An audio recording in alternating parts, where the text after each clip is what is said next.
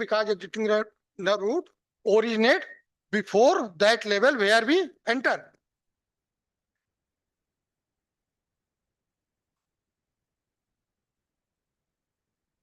And one most important thing, a 8-port tissue in this area is surrounded by epidural venous system.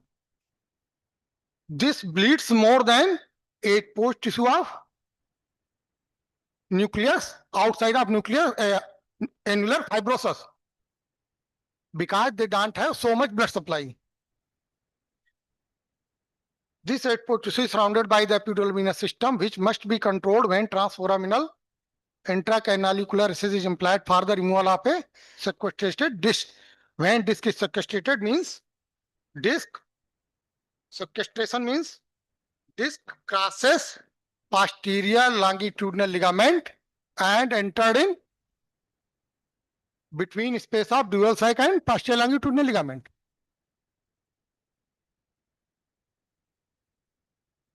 Endoscopic view of content of spinal canal and lumbar disc. In this photo, we can see traversing nerve roots, dural sac and epidural fat.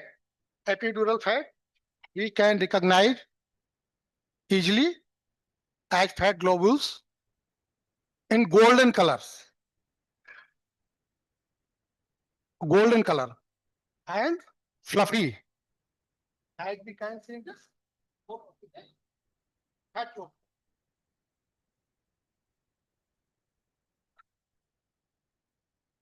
In this photo, we can see traversing nerve root and sequestrated herniated disc and radicular vein. Intracanalicular ligament. In a virgin spine, fine and mobile vascular and ligamentous structures on the floor of spinal canal may be seen under endoscopic magnification. And there is a description of some ligaments. Ligament structure of ventral dura and nerve root. Dural sac, half man ligament and traversing root and dural ligament. Nucleus pulposus. In adolescence, the nucleus pulposus is well contained within the annulus ring. It has a whitish cotton ball appearance. The nucleus breaks up and separates easily. It is not liquid, what we think, and does not flow. Nuclear tissue absorbs a considerable amount of fluid and has a tendency to swell. By contrast, the nucleus will become dehydrated and partially collagenized in the 5th and 6th decade of life. Due to degeneration, a mixture of collagenized tissue and whitish sharp nucleus may be observed within the intervertebral disc in the older group of patients. Actually, disc starting degeneration after 2nd decade when we lost blood supply. But degeneration is very slow process, and 1 gram per 10 year is a simple amount what we lost from a disc. Every 10 year, a normal person loses 1 gram of weight of disc due to degeneration. After degeneration, this converted into collagen. So when we enter the disc, we always found some amount of collagenized material with nucleus pulposus, but generally we cannot easily recognize it on endoscopic view. To recognize separately, we use dye indigo carmine, which stains degenerated tissue and normal tissue in different colors.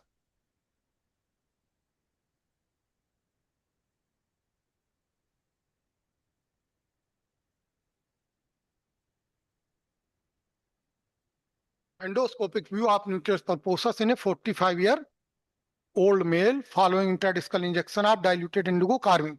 This is not color photo, so we cannot recognize. But after some time, we will present some slides in which we explain detailed anatomy in color view.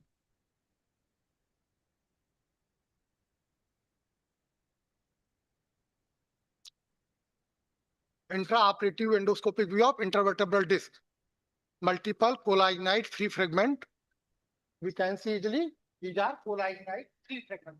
Free fragment is collagenide because annulus pulposus is a single thing. They are not break off. Annulus fibrosus. In elderly patients, the nucleus becomes dehydrated and collagenized and begins to migrate posteriorly through the torn fibers of annulus. From a clinician's point of view, the dorsolateral migration of the nuclear tissue will present three distinct anatomical and imaging presentation. A partial tear of annular fibers may cause an intra-annular herniation with imaging evidence of a small and gradually developed bulge or protrusion of the annulus. When disc become degenerated or started degeneration, some part of nucleus pulposus becomes degenerate and started to migration in dorsolateral direction. And first of all, there will be a bulge, simple bulge in annulus fibrosus. Then by contrast, subligamentous migration of the collagenide nuclear tissue is associated with a sudden change in external geometry of the annulus with an imaging appearance of a distinct herniation having a smooth border. However, posterior longitudinal ligament prevent herniation of nucleus pulposus, degenerated nucleus pulposus, and we called it as contained herniation. When the integrity of posterior longitudinal ligament has been altered, the collagenide nuclear fragments are dislodged into the spinal canal. Imaging studies will reveal a large extradural sequestrated fragment with irregular and uneven border.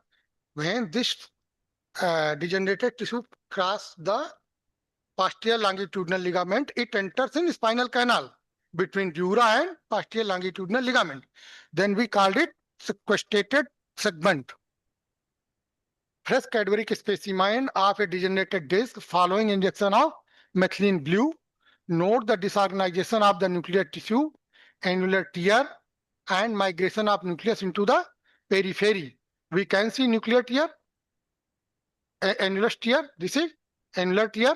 This is nucleus pulposus, and this is degenerated tissue, which is distinctly black in this photo, and this is approaching to tear site. Capsular ligamentous phlegmon complex. During foraminal or transforaminal intracanalicular surgery, the capsule of the facet joints combined with a thickened inflamed ligamentum flavum may interfere with free passage of instruments for surgical removal or vaporization of the content of the spinal canal. When we try to enter foramen, because ligamentum flavum, we don't confuse ligamentum flavum with posterior longitudinal ligament. Ligamentum flavum is a ligament between interlaminar present in interlaminar window.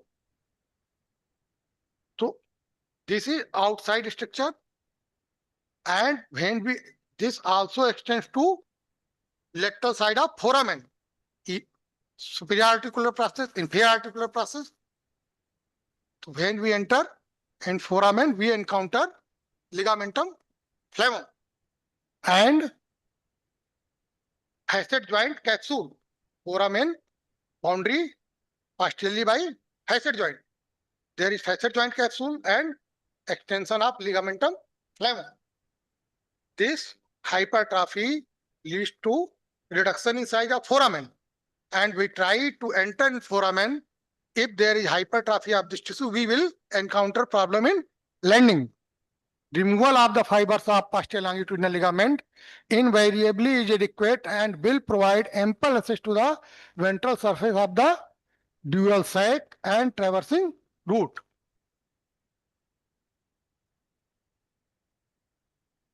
Endoscopic view of capsular ligamentum flavum complex. Magnified view of capsular ligamentum flavum, which appears as an avascular structure. We see this is ligamentum flavum complex. Posterior longitudinal ligament. The ventral surface of posterior longitudinal ligament may be observed when subligamentous access to contained disc herniation has been attempted. Visualization of the ventral surface of the posterior longitudinal ligament signifies that adequate decompression of the nerve root and dural sac has been accomplished. If we are able to see ventral surface of posterior longitudinal ligament, it means sufficient decompression established. Following extraction of the torn fibers of annulus, partial nucleotomy and creation of small cavity ventral to posterior longitudinal ligament. In contrast to the annulus, the fibers of posterior longitudinal ligament run perpendicular to the vertebral plates and are seen as vascular structure. This is very important. Annular fiber are parallel to vertebral body. Annulus fibrosus fiber are parallel to vertebral but are a vascular structure. And fibers of posterior longitudinal ligament are perpendicular to vertebral body and a vascular structure. So by their direction, we can identify that we encounter which type of fibers and which structure we can see. Intraoperative photo demonstrating ventral surface of posterior longitudinal ligament and their magnified view. This is simple view, and when we magnify, we can see these are fibers of posterior longitudinal ligament. Symptom generator, very important. Whole philosophy of endoscopic spine surgery or transforamen analysis and success of this surgery is around identification of symptom generator. If we identify symptom generator, then we can ablate them and we recover patient from their pain. If we cannot identify symptom generator, we cannot treat them adequately. There are total 9 symptom generators situated in 3 zones of lumbar canal. There are 3 zones: upper vertebra, disc, lower vertebra. Before disc and pedicle of upper vertebra, there is upper zone. And behind the disc is middle zone. And below the disc and between pedicle of lower vertebra is lower zone. There are 3 zones, 3 wall concept, 9 symptom generator as described by Dr. Gore. And they have also prepared a tabulation form that by matching we can identify that which we can find symptom generator in which area by symptomatology. That is called as Gore matrix. By using Gore matrix and symptom of patient without imaging, we can guess that pain is coming from which area. Pain is coming from which area. And this is very important that when we read several books, we found hidden zone of McNabb. McNabb, very precious book for back pain, if anyone read this. And there is hidden zone of McNabb, which is axilla of traversing route. Because in traditional open spine surgery, we cannot enter it in that area. But after introduction of transforaminal endoscopic spine surgery, there is no hidden zone. We can reach every zone of spinal canal with a clear-cut visualization. Upper zone lies within confines of upper vertebral body, in which upper vertebral body in front and pedicle above, inferior articular process behind, and canal between these structures. Structures passing are dural sac in middle and exiting nerve laterally. Symptom generator, issue in axilla and where exiting nerve coming out thecal sac, going down, known as hidden zone of McNabb.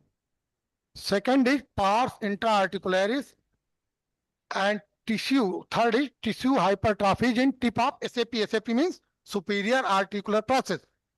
This is very important. Superior articular process plays a significant role in our spinal problems, because when disc become degenerated and collapsed, disc collapsed, superior articular process which is coming from lower vertebra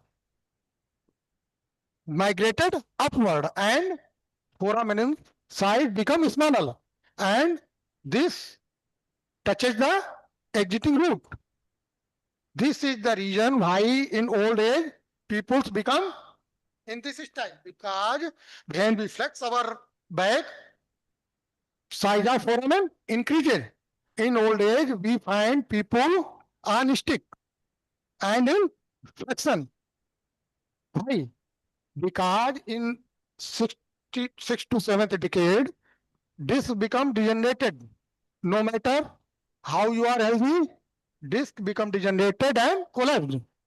And superior articular process migrated upward and touches the exiting root.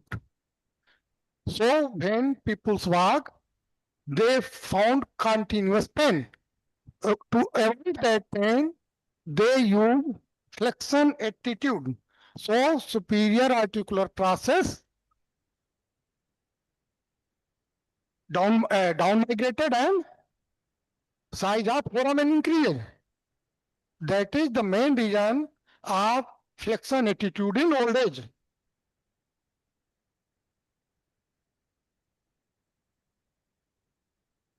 Second is par center. Third is hypertrophy in tip of SAP known as G naught. There is no disc or facet joint in upper zone.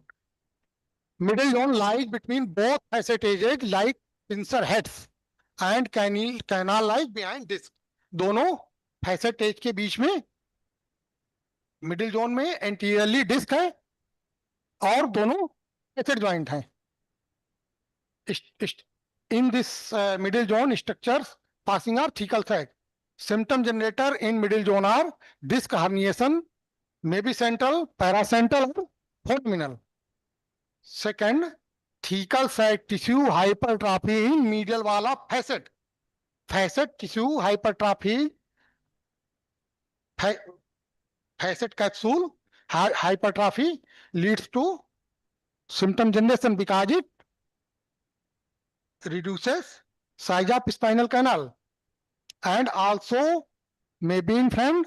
So touching on traversing nerve root.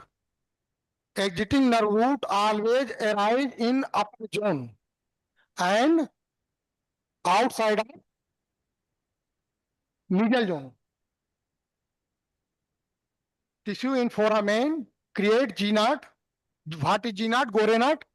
They have described the amalgamation of osteophytes, hypertrophic tissue, intraforaminal ligament of lower zone lies within confines of lower vertebral body below disc and up to pedicle of lower vertebra. Structures are traversing nerve to the lower body, passes below pedicle. In this area, symptom generators are changes in part 1 of lateral lesions, in which pouch of lower annulus, which is not attached, edge of bony body comes down, then attached below. Most important symptom generator in lower zone. Changes in lower pole of inferior articular process of facet joint. Third is ligamentum flavum. In short, we have 9 symptom generator. Pain generator is structural change in around these pain generation. Pain generator क्या है? Pain generator is structural changes in around these two nerves exiting and traversing. And thecal side, disc or front wall of middle zone altered and creates inflammation around exiting and traversing nerve roots. And then we feel pain. And thecal side which lies in between the two facets. New Gore symptom matrix. New Gore symptom matrix replaces degenerative cascade or image-based decision. Image-based decision, in spite of, without image-based decision, on the basis of symptomatology, we can identify pain generator. Very detailed analysis of inputs from patients in pre-op, intra-op, and post-op period, degeneration and resulting symptom can be put into 6 distinct groups. Pre-op, intra-op, and post-op pain, which we identify in patient, we can put them in 6 symptom groups. One, knee and heel pain. This is due to annular tear and leak and early chemical radiculitis. Second, low back pain, chronic non-healing central posterior annular tear with or without trapped fragment, generally subligamentous. These are symptoms and their anatomical detail. If we found knee and heel pain, so most commonly we found annular tear, leak, and early chemical radiculitis. And when we found describe low back pain, then what we found? Chronic non-healing central posterior annular tear with or without trapped fragment, generally subligamentous. Third symptom, sciatica, very common term. Annular tear with what we found in sciatica when we enter the canal, we found these changes. Annular tear with herniated posterolateral nuclear fragment with mechanical and chemical radiculitis. Fourth, facet degeneration and inflammation. Fastogenic back pain. If we see the symptom, fastogenic back pain, what we found? When we enter the canal, we found facet degeneration and inflammation. Claudication. Claudication in 2 positions we can find. Number 1, hypertrophied tissue around superior articular process and chronic annular changes in upper foramen with or without collapse of the disc. We can find claudication without collapse of disc. 6, claudication, unstable spine. In unstable spine, claudication, very common. Symptoms primarily drive our decision making, aided to precise image analysis, leads to certainty of outcomes of our interventions. What use of this Gore matrix? In this, by symptoms, we can guess about what we find in entering the spinal canal or after entering our endoscope, what we will find and in which area we will find.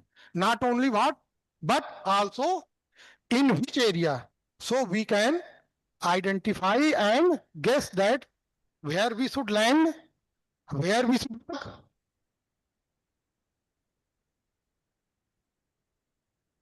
As Dr. Gore said, our ability to visualize pain generator and put back learning about symptom pathology correlation in clinical analysis has resulted into our algorithm and matrix called as Gore matrix.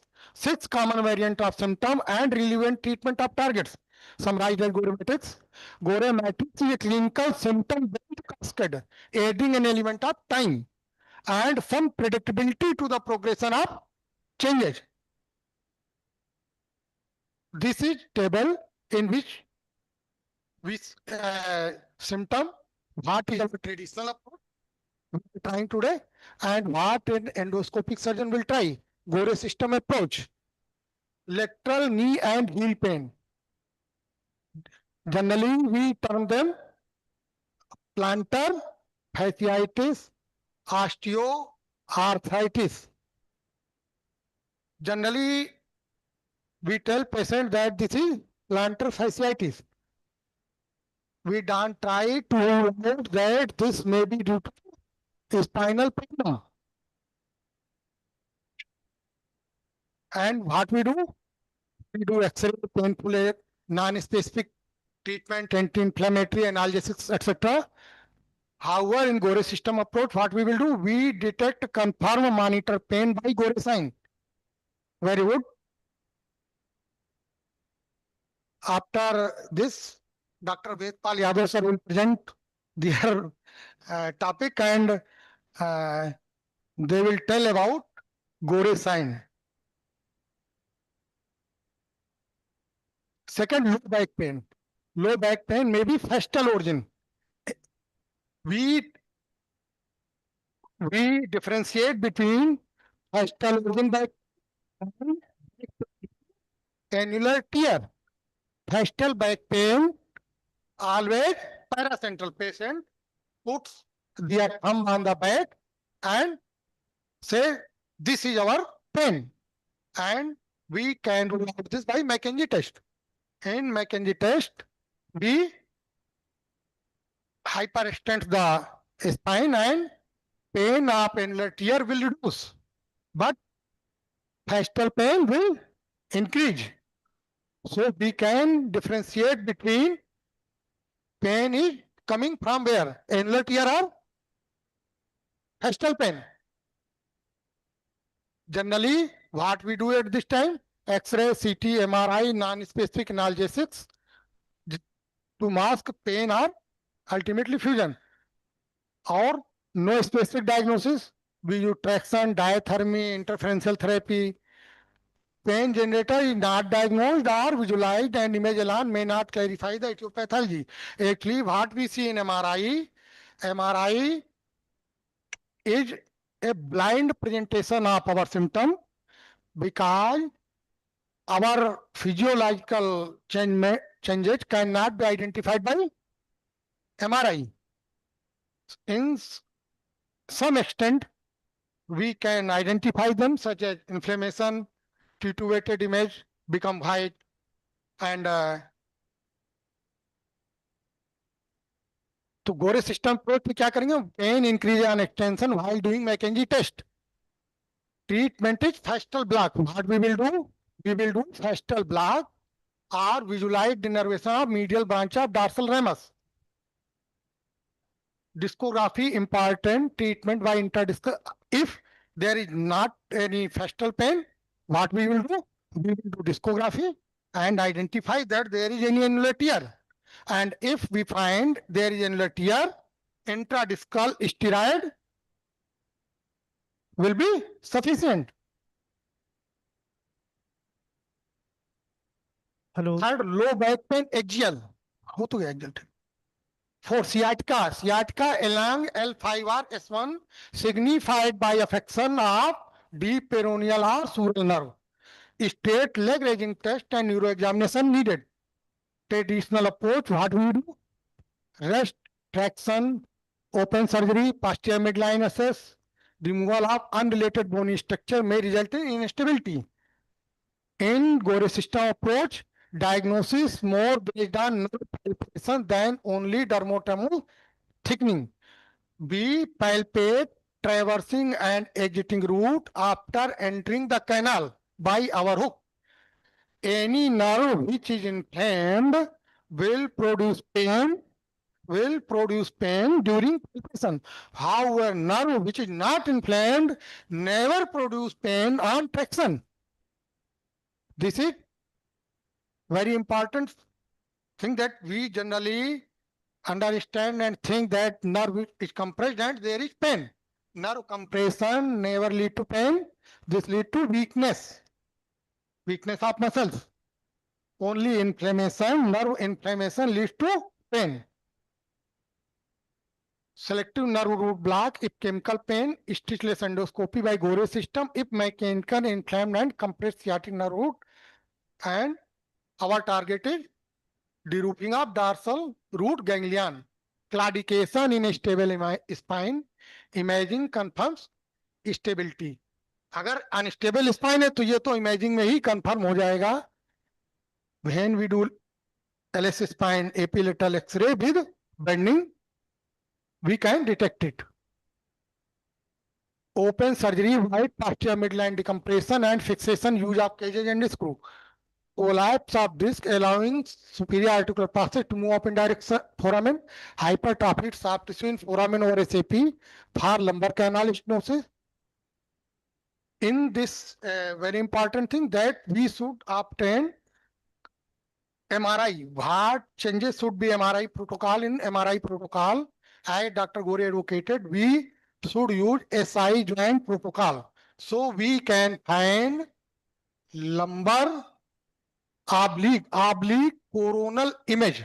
In oblique coronal image, when we use SI joint protocol, we can see every nerve and exiting root origin with their dorsal root ganglion and even up to formation of brachial plexus. I have one slide of that, but not included in this. Very beautiful presentation that we can see whole of the neural structures which are coming out from spinal cord and up to brachial plexus. Thanks. Thank you, Dr. Anupam. Excellent presentation and very good anatomy for the beginners. Very good lecture. Dr. Vikas Gupta sir to kindly present his presentation regarding the MRI and radiological of the spine. Thank you, Dr. Anupam. Thank you very much.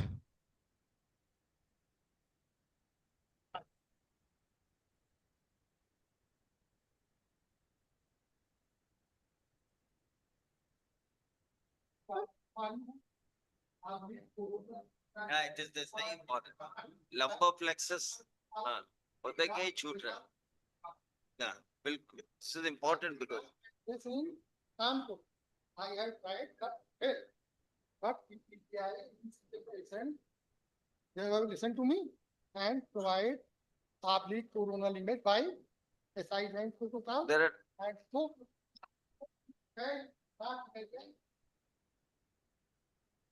Dr. Anupam, there are two important things. Just to write down a case for MRI lumbar spine and just to work out the cause for backache, what I feel there are few things which has to be the lecture to be started. Important is that if we go by symptom wise, then we have to add some important things in your imaging.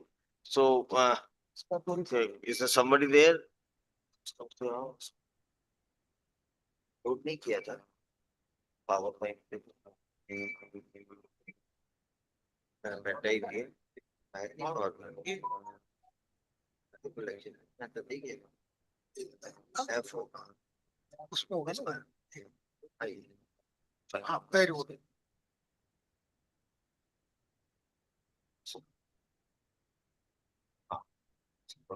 उधर से वहां से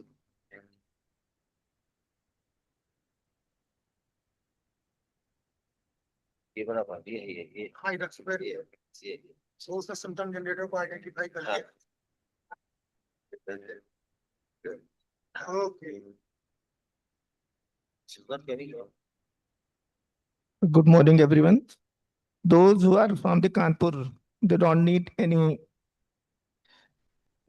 thing about Dr. Vikas Gupta sir, and he's the main radiologist in the city and giving services over the time for last 15 to 20 years. And I think it's one of the best radiology center in this Kanpur. Slide.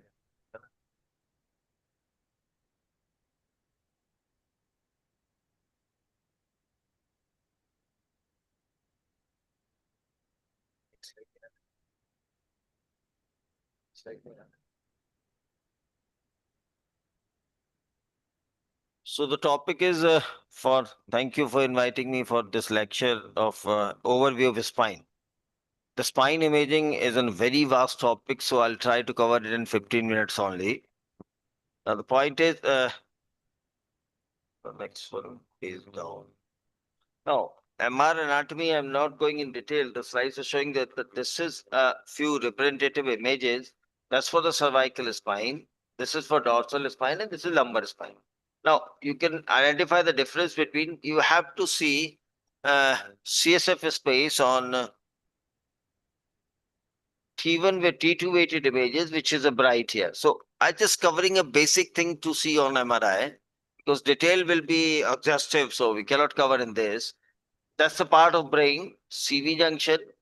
That's the cervical spine, posterior elements, vertebrae, anterior longitudinal ligament, and the posterior longitudinal ligament. Dorsal part, all the vertebrae, and that's the lumbar T1 images, which was showing the CSF is hypo in nature. Now, if we go on a cervical imaging, there are two ways to doing a cervical imaging, either with the T2 axial or an T2 FFE axial. And that's called a gradient axial. So that's the spinal cord with classical depiction of a central part of gray matter of cervical cord. These are the neural foramina, vertebral body, posterior elements, lamina, and the spinous process. We'll go for next. Now the axial images at the dorsal spine, vertebral body, posterior elements, spinal process, and this aorta. Now what happens whenever we study or deal with in spinal canal stenosis, it's not always disc. It's a multifactorial. The structures which is involved, it could be in facet joint cyst, ligamentum flavum hypertrophy, disc, and maybe other things also. The next one in a lumbar canal, spinal axial and the sagittal images. These are the two representative images. Now we do a lot of more images on an extra images, fat suppressed images. So this is T2 and T1 difference. Discal here, CSF conus and sear at alveolar level, and these are the nerve roots in there. Axial images, we can see all the structures that traversing nerve roots and the posterior part, posterior paraspinal muscles, bilateral psoas muscle. Now, what happens is that there was a concept of giving a one single image of whole spine screening. What I feel that there should be the complete film of on whole spine sequence, because what happens when you give a central image, you will see the midline structures. Most of the times the culprit is sitting at a neural foraminal level. So at least there has to be 12 or 16 images for a whole spine, or a part you scan is either lumbar or dorsal. So that's the neural foramina. It's a pictorial depiction. We have a key whole appearance of a neural foramina at parasage images. The important part of this is the upper part. Lower part is filled with fat. That's a dramatic representation of this. We have a nerve root here. Rest is filled with the neural veins as well as the fat there. So whenever you have a disc protrusion, you get an indentation of this part. If this material migrates up, this will compress your nerve root, exiting nerve root. The commonest thing is degenerative spine. Now we divide in a spine imaging or spine pathologies in part. One is the degenerative.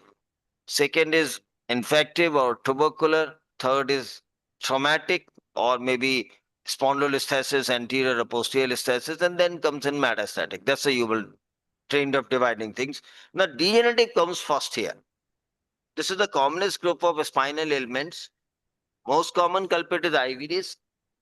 All above 60 years of age show some sort of degenerative changes of the spine. Now, what's the trade of a disc bar? This doesn't present with an only bulging. It has to lose its blood, its water supply. It's a hydration of disc. If it's lost, then it causes breakup. So the bulging, loss of height, and loss of water. These are the three things which happens in a disc, which is made up of an outer annulus fibrosis and central nucleus pulposus. And the three pathological changes leads to disc herniation. Now, disc lesions, description was it's just a little bit of bulge. Then it's a contained disc, which may be disc protrusion. Then it's a non-contained disc material which comes out. This is called a sequestration. Representation diametric, you can see here that this is a disc, and this is a bulge here. There was a constriction here, so you can call it an extrusion or a level of protrusion or extrusion, and these are the disc bulges. So this is a normal concavity on an axial image with the perivertebral veins, where then you see that this is a bulge. Now the outer annulus fibrosis has shown some radial tear and the herniation of nucleus pulposus, indenting thecal sac and the nerve roots. This is another way you see the constriction here. Then that fragment, if continued compression was there, then it's detached here and sequestrated into the spinal canal. Then comes an end plate changes. If you have a disc degeneration, then you have some changes in the attendant disc also, attendant end plates. So this is a description of an Modic's classification of end plate divided into three parts. Very important. One is the grade 1. Second is grade 2. Grade 1 we considered as a signals of water. Water means anything which is fluid, which is hypo on T1, hyper on T2. Fat is brighter on both, and fibrosis is hypo on both. Now I'll come with the type 1 modic changes. This is the L5S1 disc. We see the end plate changes here, which was showing hypo on T1 and bright on T2. this is type 1 mode exchanges. Most commonly confused with an early subchondral tuberculosis. Very common question asked. You have to see the age of the patient. If it's a young female with these changes, with pain, with something, then you have to think of an early subchondral tuberculosis. Because to pick up an early TB is most important for a radiologist in our setup. So in these cases, if you, these findings are there, then go for a contrast study. If you find on postgrad images there's some enhancement of these areas, some collection or an epidural abscess, then you can differentiate between these two. The type 2 of modic changes, they don't require any further imaging. You have a fat here on T1 and the fat changes are brighter on T2 here. This is type 2 modic change. Neither the third one will require an additional imaging. What you can add here is just an X-ray or a CT, because in this case both are hypo. You have to just demonstrate an sclerosis on X-ray or on a CT scan. This is a type 3 modic changes. So the type 1 changes, which was early changes, that can be confused with an early subchondral TB.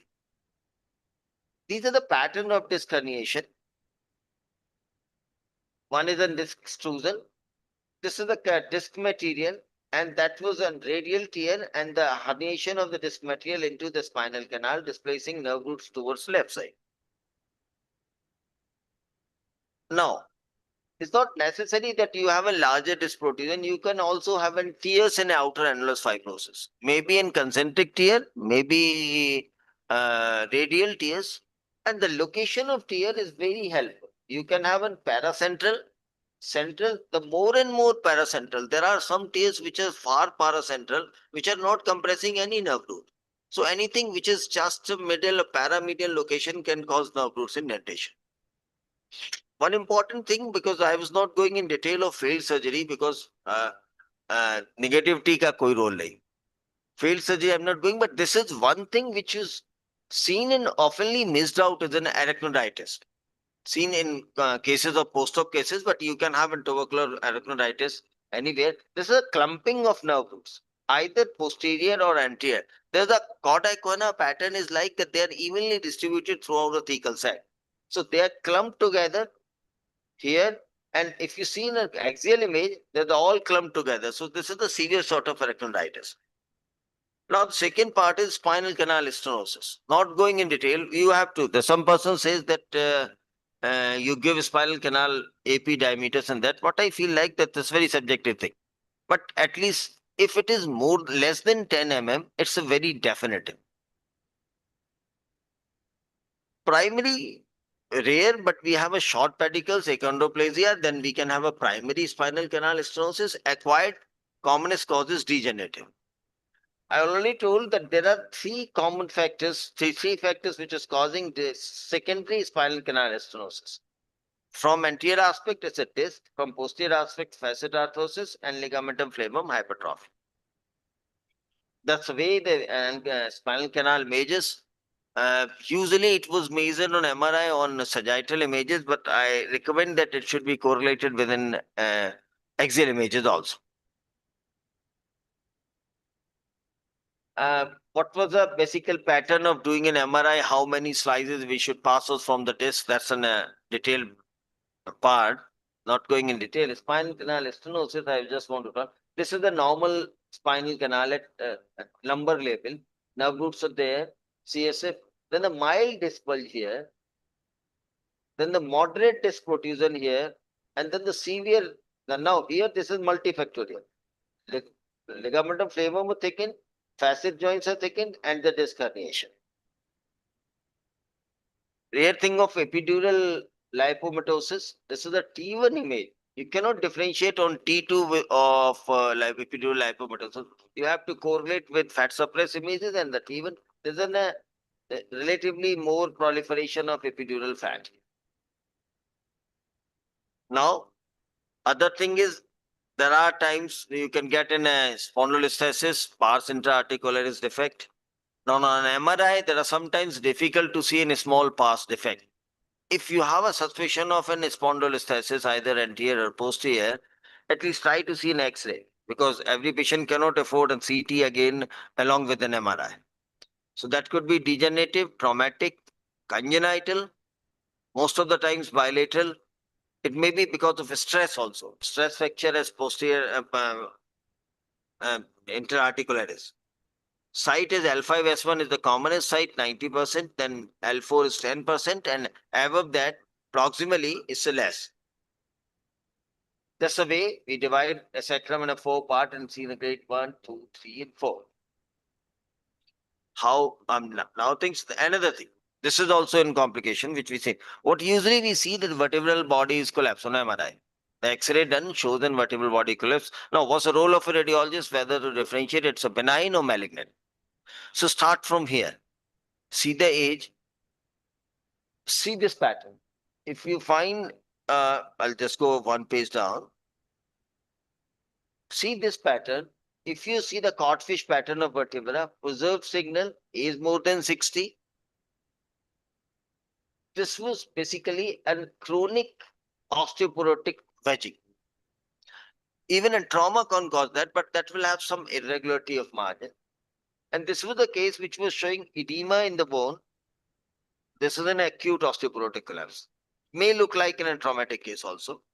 So in an MRI plate, if you see the both type of collapses, an edematous collapse as well as a chronic collapse, the very high chance that this could be acute one, this could be chronic one. These are the pictures representing spondylolisthesis, severe type of spondylolisthesis and anterolisthesis of L5 over S1. Now, with this spondylolisthesis, how the neural foramina looks like. This is a normal keyhole appearance. This is compression of neural foramina proximal part. The images with the spondylolisthesis.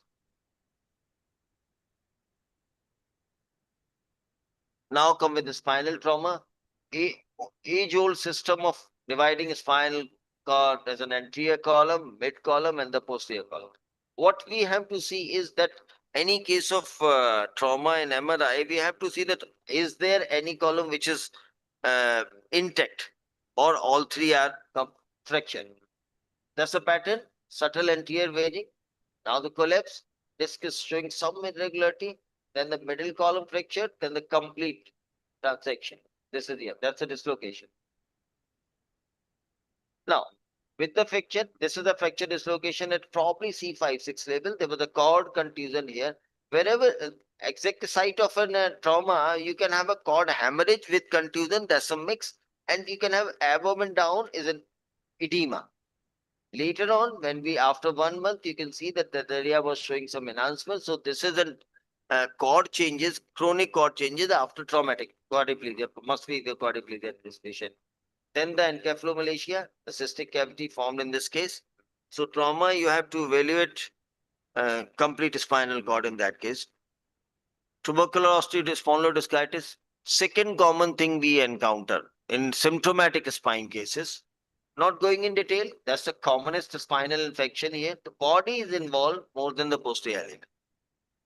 But there are very common, there are very few very causes of an posterior elements, tuberculosis also. Contiguous involvement, maybe 2 vertebra, maybe 3. Reduced disc space, pre-paravertebral abscess. These are some radiological criteria where you can prove or disprove tubercular spondylolisthesis. Epidural abscess could be multicentric also. If you do a whole spine, you find that there are 3 sites of contiguous involvement. The X-ray chest is positive in roughly around 20% cases. Tubercular spondylolisthesis, 2 vertebrae contiguously involved. This is an epidural abscess on enhancement. Shows the enhancement of intradiscal abscess, anterior epidural abscess, and the spinal cord compression. The cord per se shows bright signal here. Now comes in a malignancy. The common thing is that they are divided into 2 parts, benign and malignant. The benign lesions, it could be any sort of bony lesion which you can have. The commonest is in vertebral hemangioma. Metastatic lesions are divided in 2 categories, lytic or sclerotic. Though this word was used for an CT or X-ray to call them lytic and sclerotic, but there are certain changes which we can see on MRI also that there's a lytic or an sclerotic metastasis. The commonest site of metastasis that breast, lung, prostate, kidney. Other could be in blood malignancies. They have a different picture of marrow infiltration. vertebral hemangioma, commonest thing, this is a pathological vertebral hemangioma. What we usually see is that incidental hemangioma. So you can encounter with reports with an hemangioma at L3, L5, but that they are contained to the vertebra only. There is no epidural component. You can see the polka dot appearance if you do on CT. X-ray, you can see vertebral sclerotic lines. That's an hemangioma. The all signals was corresponding it. Most of the vertebral hemangiomas have fat inside. But there are two types of, they are called fat-rich vertebral hemangiomas and fat-poor vertebral hemangiomas. The ratio is somewhere around 80 to 20%. This is a primary bony tumor of ABC posterior element. You can see the air fluid, blood fluid label inside posterior element ABC and visible bones is.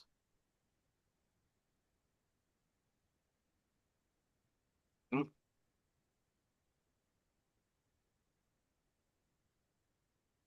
Can come and view. Excuse me. Okay, thank you.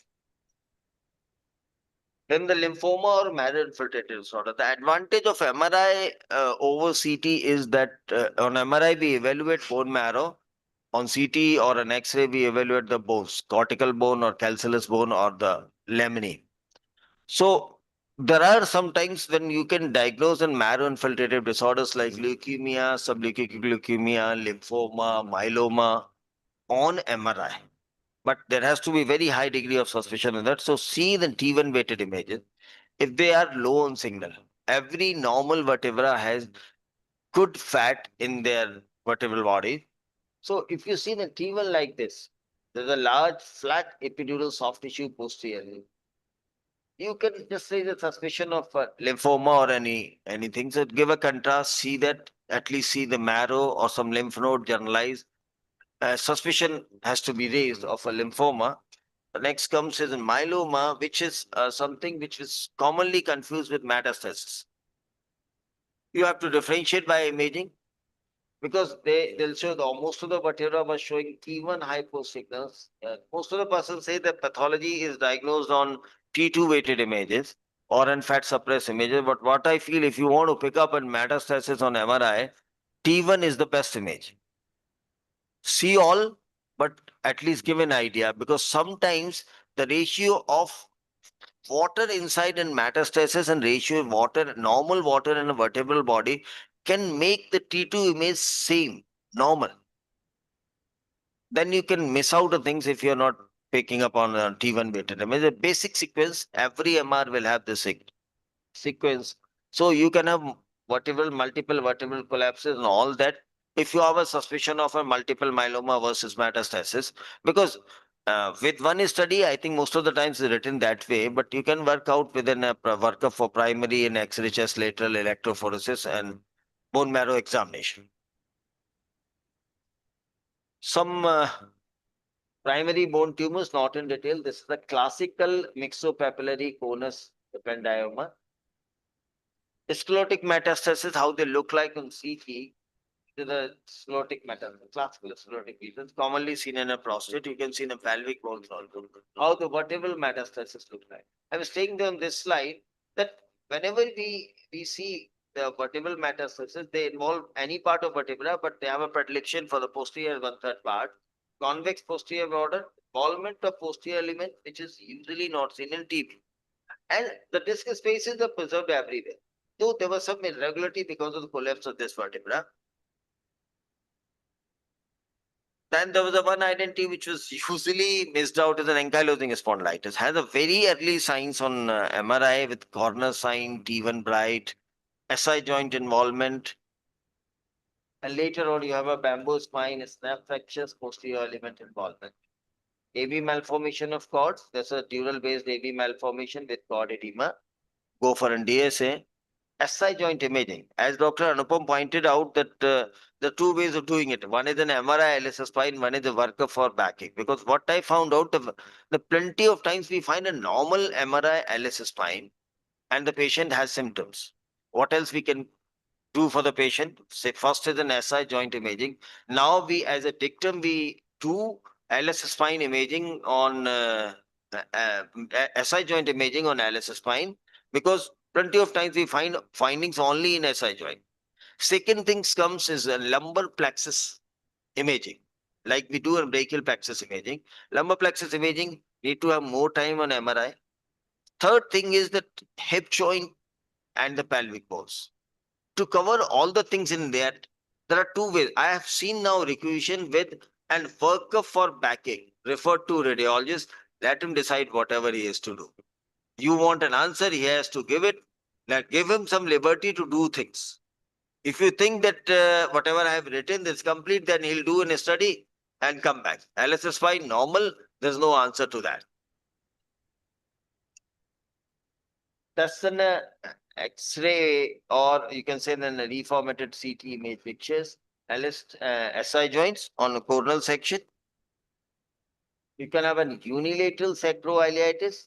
Nice images. Nowadays, if you dedicatedly do an SI joint, you have to take an oblique coronal images which are showing the nerve roots here. And that's a bilateral sacroiliitis. This is a unilateral one.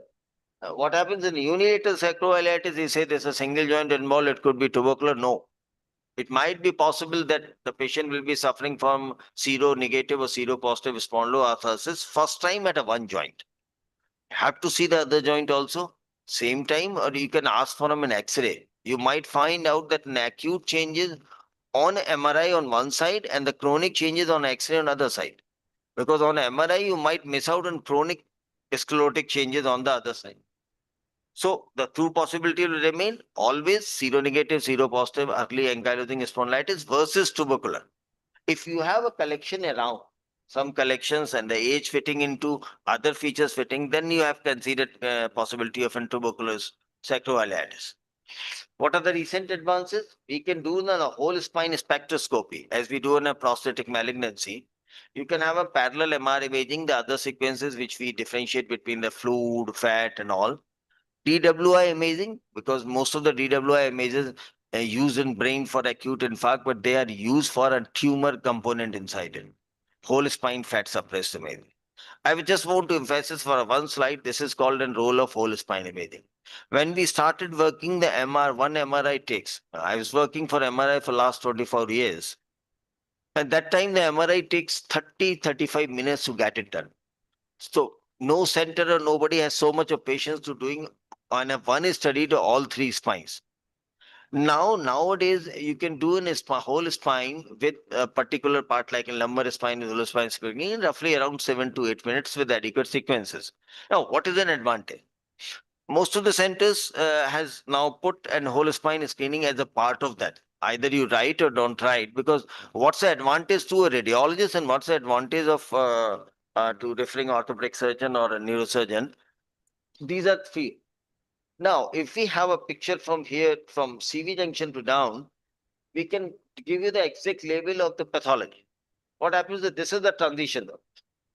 Sometimes you see in a sacralized L5 or a lumbarized S1. So why to go in that problem? Start from C1, C2. You can have a block vertebrae here also, but at least you can idea. Because if you do only LSS spine, you have to see by spinal canal termination at L1. Oh, that's a variable thing. So that's a very good advantage of a whole spine screening. Second is that might be you referred for the lumbar spine. Sometimes, most of the times, you are giving an exact level of things. Okay, pathology is here, but incidentally, we get something somewhere else which we can evaluate. Like we can have a good significant cervical canal stenosis by degeneration and the cord changes. Third is that when you have a complete whole spine imaging, you can have some structures, right, left, kidney, thoda liver. So these are the findings. You can see the other area. And the spinal cord evaluation is good. At least you're sure that you can see the complete spinal cord. There is no compressive or non-compressive myelopathy. You rule out uncompressive myelopathy. Non-compressive myelopathy is not necessary that you always got in spinal changes. I've seen the GV syndrome patients, you have a normal MRI. It's okay. This much of cord was not involved that it will show the signals on images. Approach by radiologists, I always say that there should be good history. The site, precise site, at least some idea. Whole spine screening. SI joint evaluation plus minus hip. That's the cost factor here. You have to change the coil. So plus minus hip screening.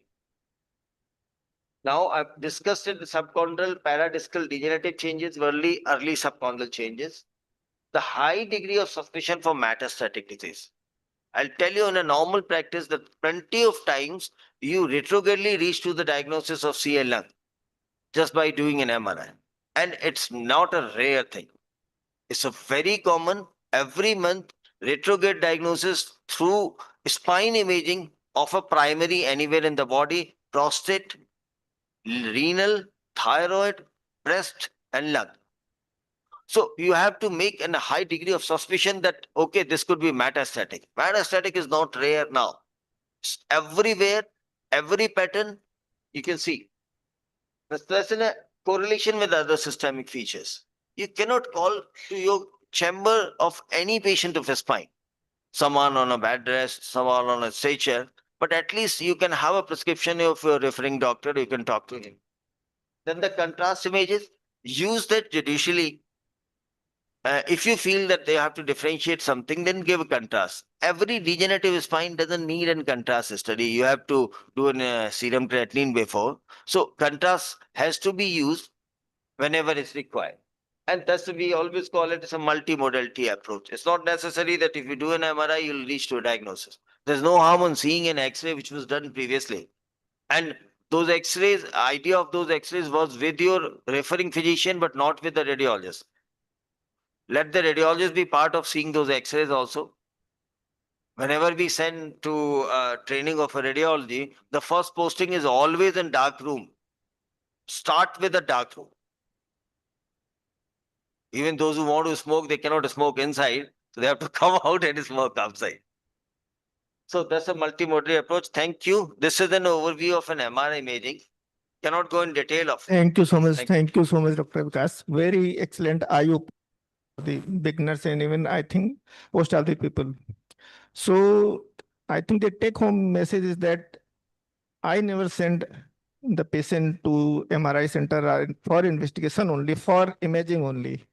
I always request make a diagnosis, whatever modality you want to choose, ultrasound, X-ray, MRI, CT scan, but I need a diagnosis. You are free to choose.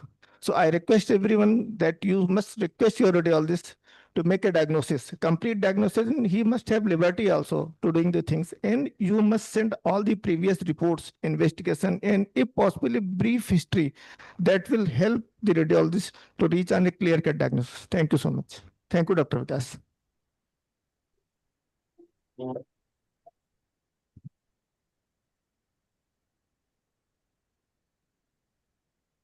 Hello. Hello. Yeah, I'm live.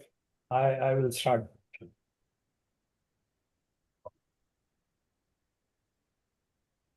Hello, am I audible?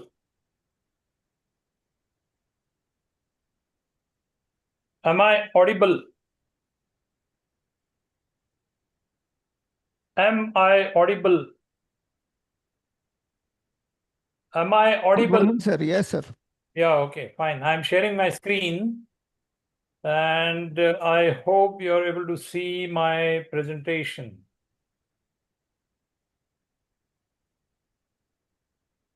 Are you able to see my presentation?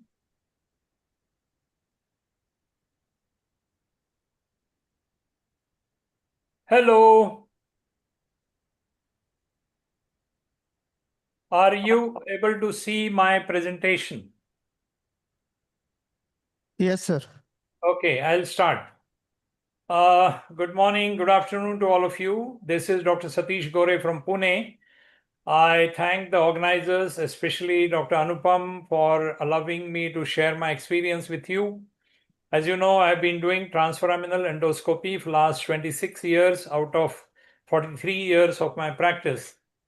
And I would like to tell you how transforaminal endoscopy is much superior to all other things. Now, before I continue, I would like to make one single comment on the presentation before about the MRI. The unfortunate thing is MRI experts have stopped examining the patients, which they must start. That is a single comment, but other things I'll talk subsequently. Now, this is a video of transforaminal endoscopic surgery. We will go through this and then I will come back with my comments. Please update me that you are able to hear the sound of the video. As you know, everything in our surgery lies ahead of the foramen, as you can appreciate in this picture. I'm looking at You are audible. Are you able to see my presentation? Yes, sir. Okay. You can see. Oh, yeah. Marking it in the lateral, where I'm marking the depth and the inclination, so that now I put a needle under local anesthesia and land in the foramen under the guidance of C-arm. Now here the needle is going right up to the facet, as you see, and then I raise my hand and I go inside the facet to touch the posterior annulus. And in AP, I do not cross the medial pedicle line. After that, I push the needle inside, I remove the stylet, put a guide wire. On the guide wire, after taking an incision, I pass this dilator, which I am now pushing. This phase is a little painful. That's why the patient is seen to be moving, who is under local anesthesia and completely aware of what is going on. You can see the tip of the dilator in lateral and in AP lying on the annulus, now being tapped with the mallet inside the disc. You can see the black tip of the dilator, which is a 7 millimeter instrument inside the disc, and now we have put the cannula and the scope operating on the patient. This video, which is actually a 360-degree video, is mainly to show you the arrangement in the theater, where I am standing on the left side of the patient, and on the right you see the monitoring equipment and the X-ray view. On the left, towards the leg of the patient, you see the cautery, you see the laser, you see the video display, and I am operating under local anesthesia with few of my colleagues standing behind me. Now this 360 video can be visualized better in Chrome or in YouTube. Once we are aware of all those things which are lying around you, then you will find that we are very precise, as can be seen here in this animation, where we have L4, L5, artist impression, where the blue is annulus and the pink is the herniating nuclear fragment.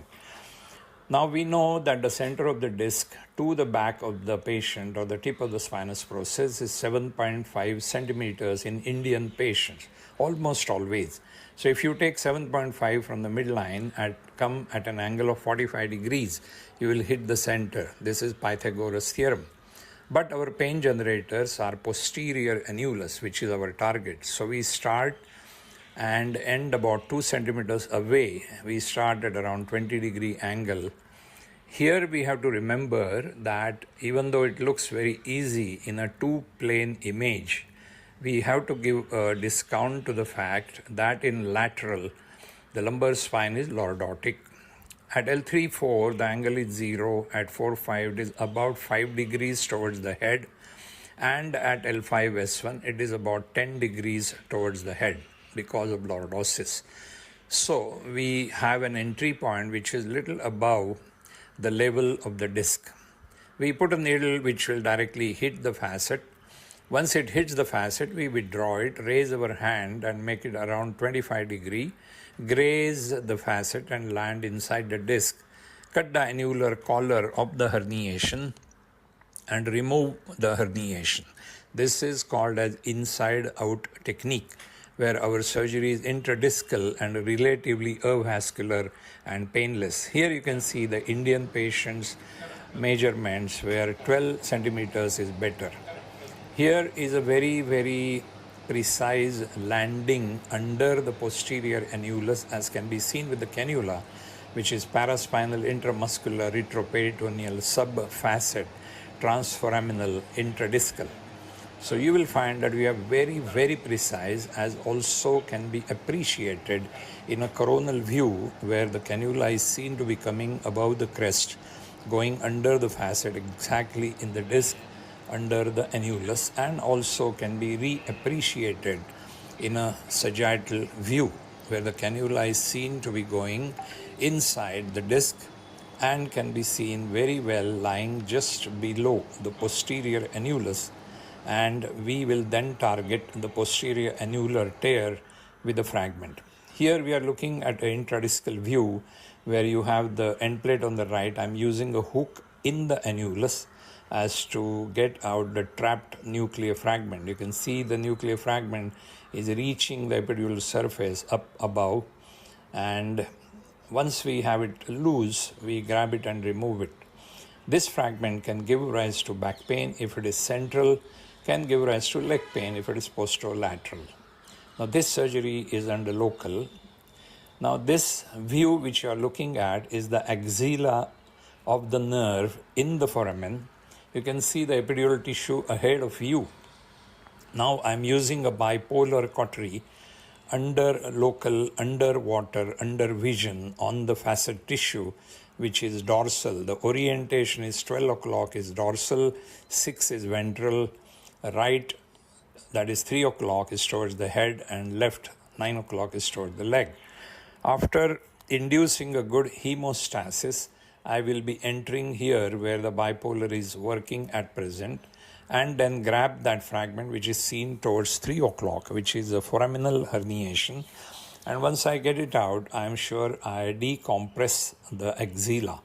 I've just rotated my cannula a little bit, and I'm able to now see and grab the fragment properly and remove it. When I remove this, since I'm recreating the local changes around the nerve, the patient gets the same pain in the same location, and once you remove the fragment, the patient is able to appreciate a complete relief of the pain. Here the point is the changed microenvironment of the nerve is completely reversed by removal of the fragment. You will find that once we remove the fragment, we have a very clean decompressed axilla. It is not possible to reach this area in open surgery unless you remove the facet and destabilize the spine further.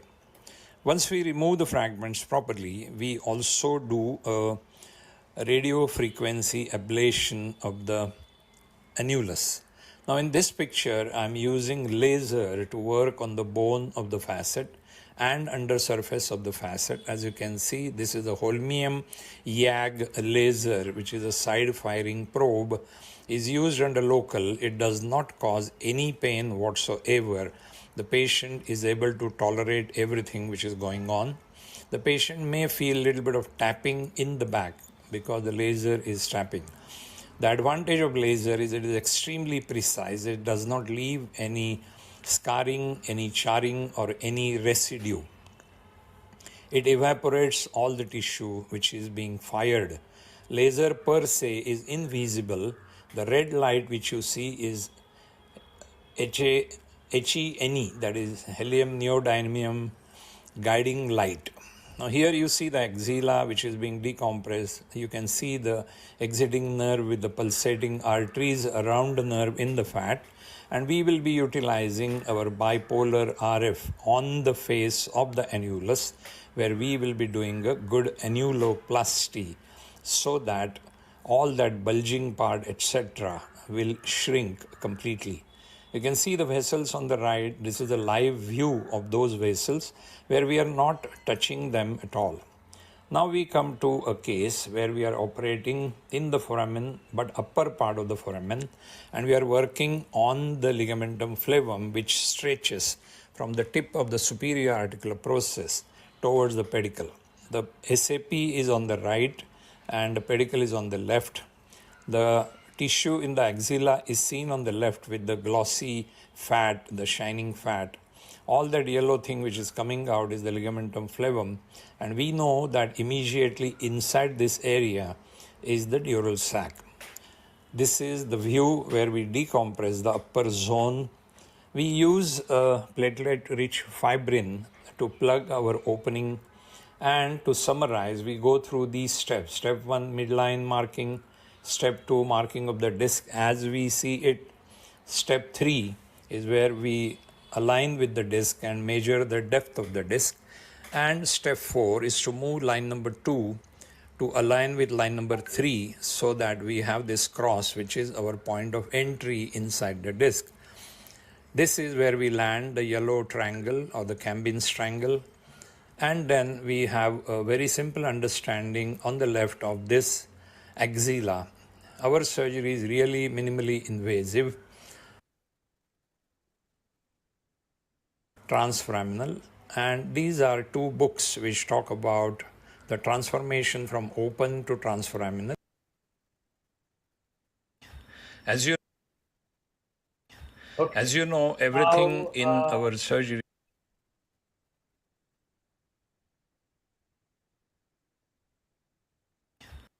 Okay, now what we do is I will like to convey to you what are the important differences between the transforaminal and the interlaminar surgery, which is a common old obsolete surgery.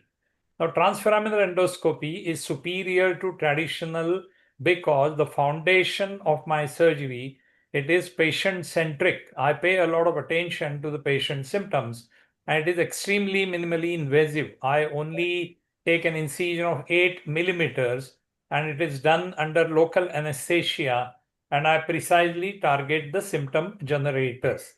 Now, why is it important to know this?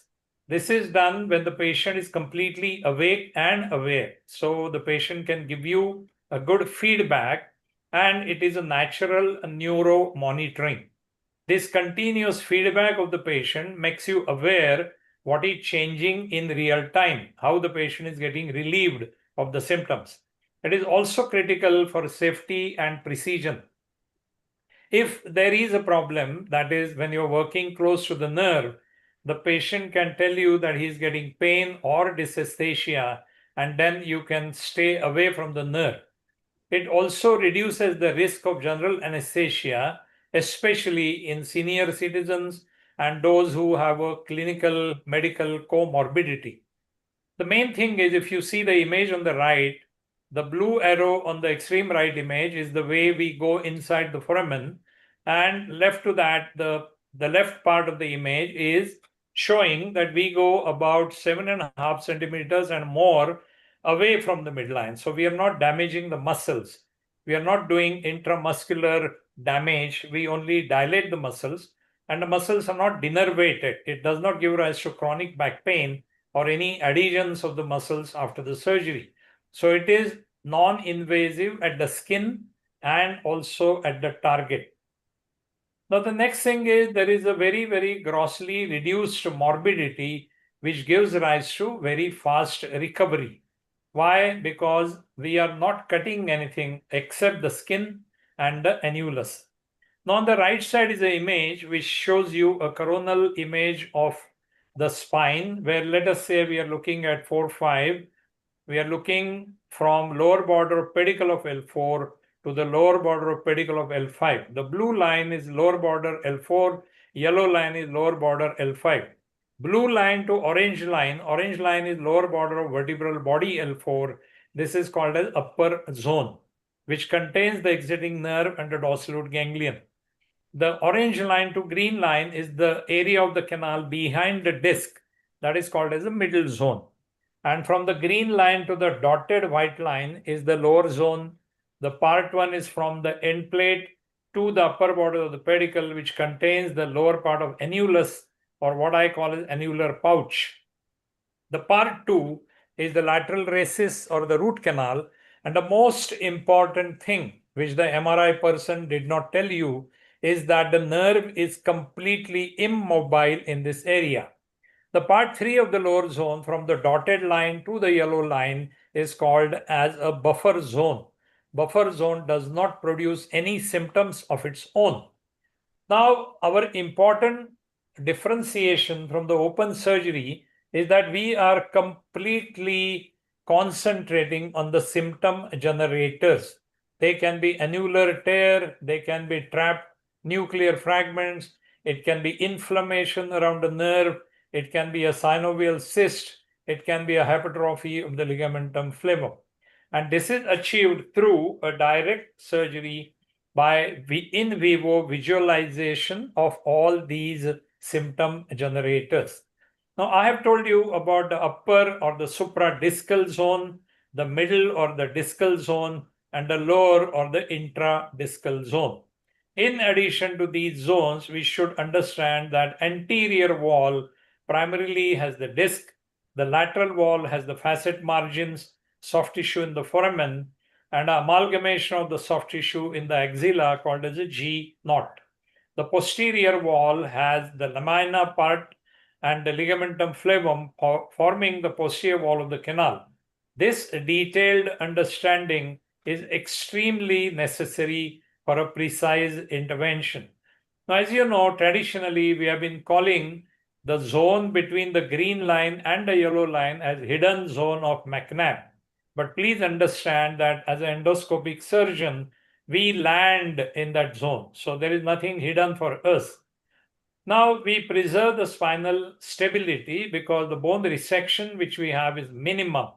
And we also preserve the ligamentum flavum in the midline because that forms a barrier between the dura and the muscles.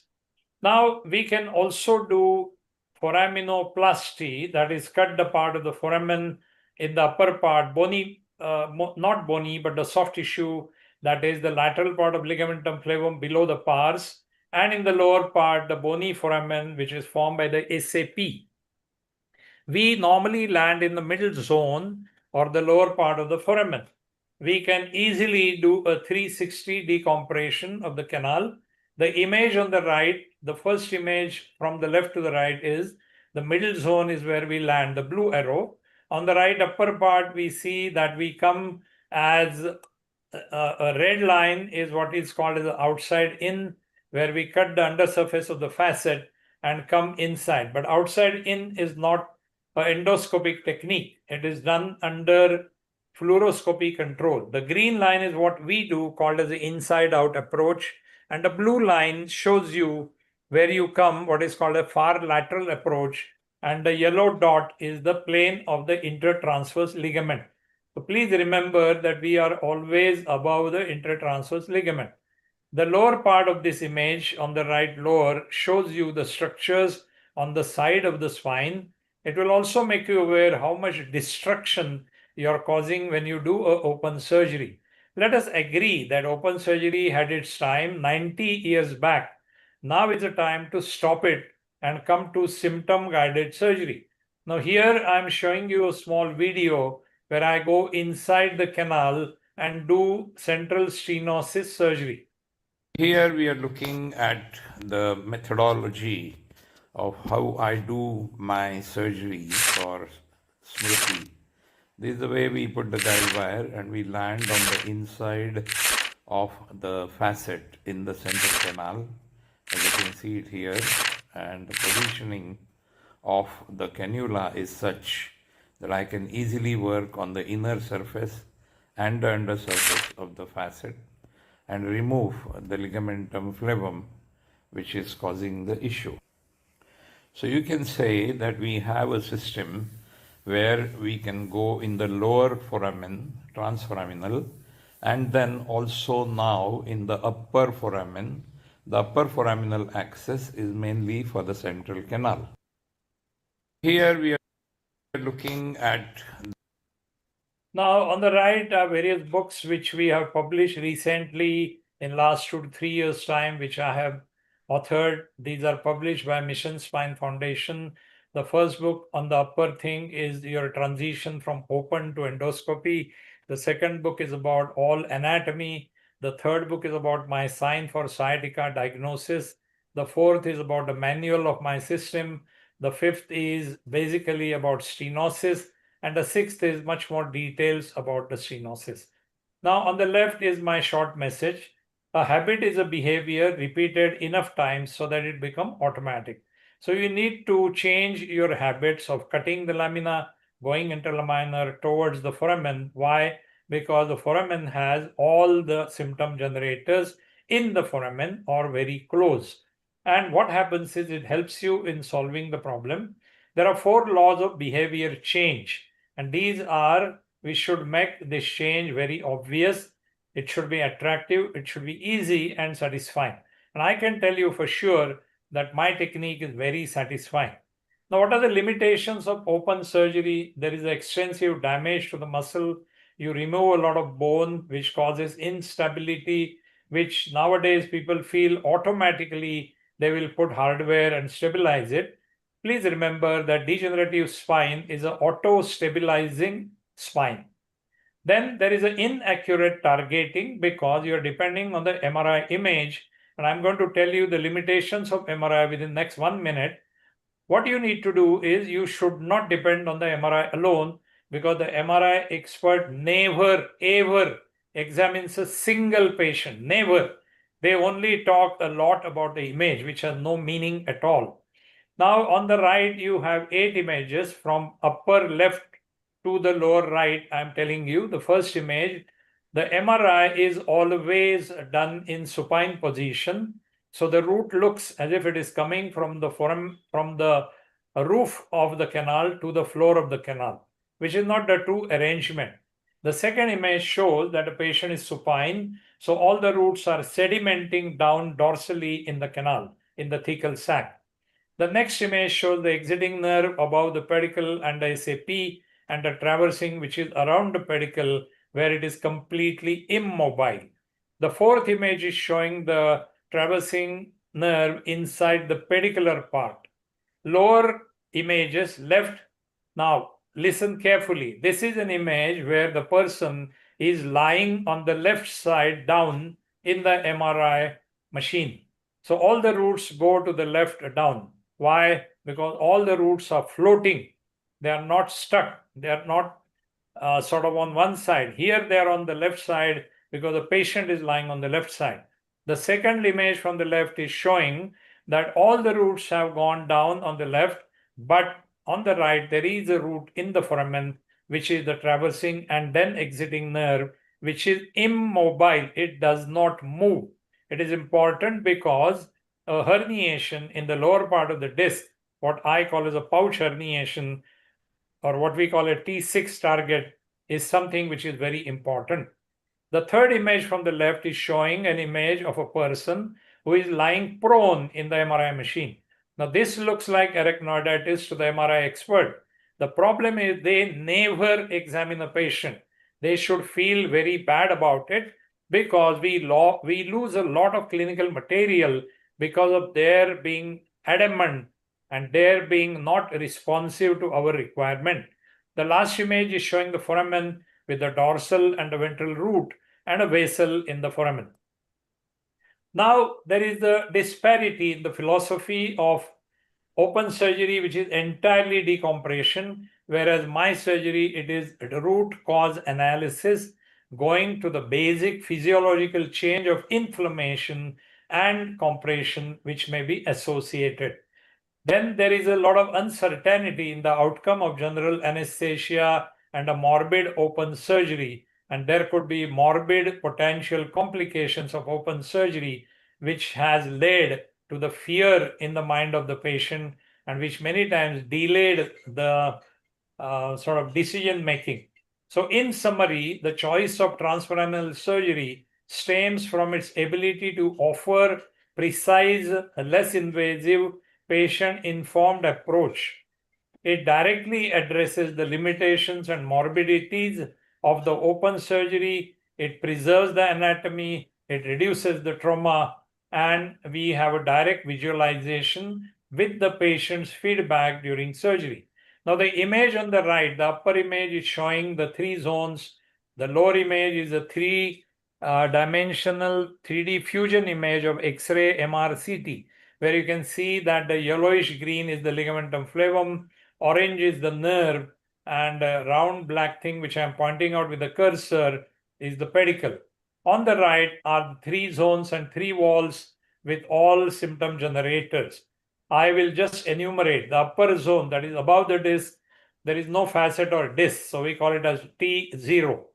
T1 is the soft tissue in the axilla. T2 is a subpars, either a pars defect or ligamentum flavum lateral part. In the middle zone, T3 is a loss of concavity of the disc, that is a bulge of the disc. T4 is a tissue of the medial aspect of the facet.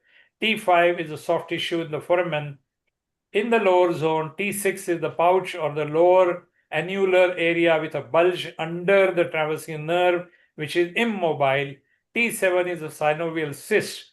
and T8 is a IAP going inside the canal in a patient of non-lytic listhesis.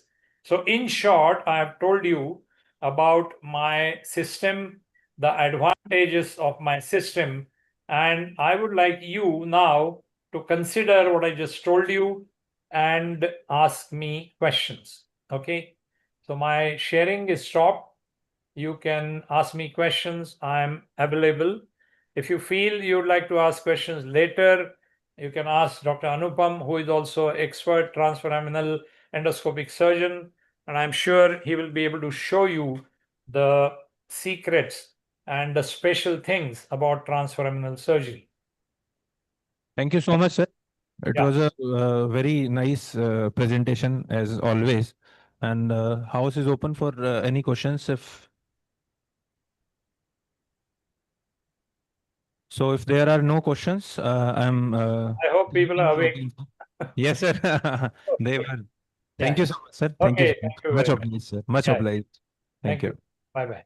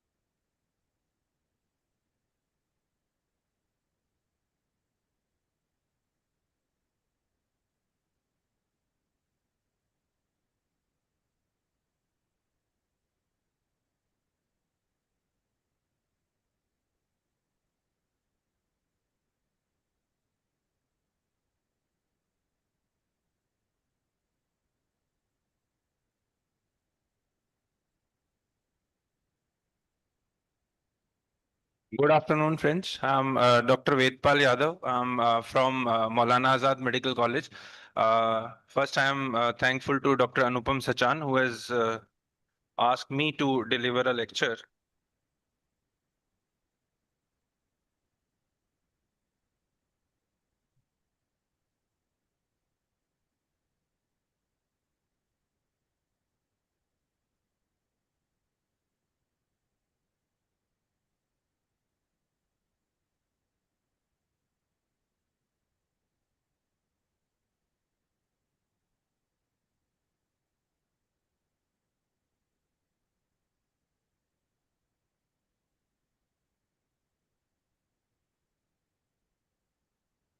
So what Dr. Gore was talking about was a transforaminal endoscopy. And now what we discuss is interlaminar endoscopy. So how many of us are doing open spine surgeries? Kindly raise your hands. Open spine surgery. Okay, very good. So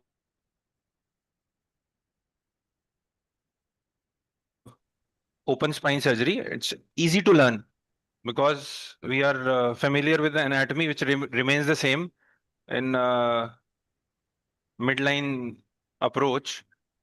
So one is distendu approach, you all know, and one is monoportal interlaminar approach.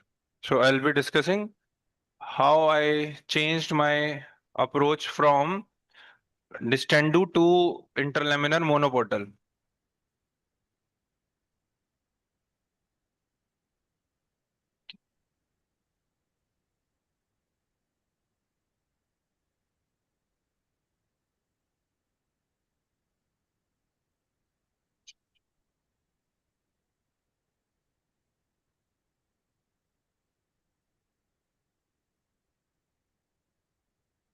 So I have a small lecture and 15 minutes step by step PSLD video also.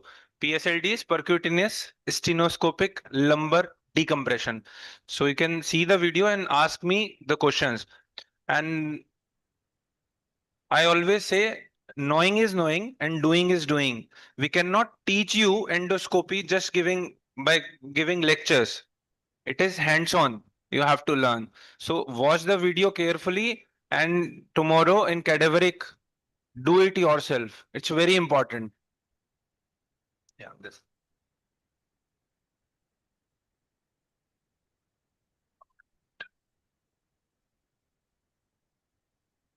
So greetings from New Delhi. I'm professor in Maulana Azad Medical College in orthopedics.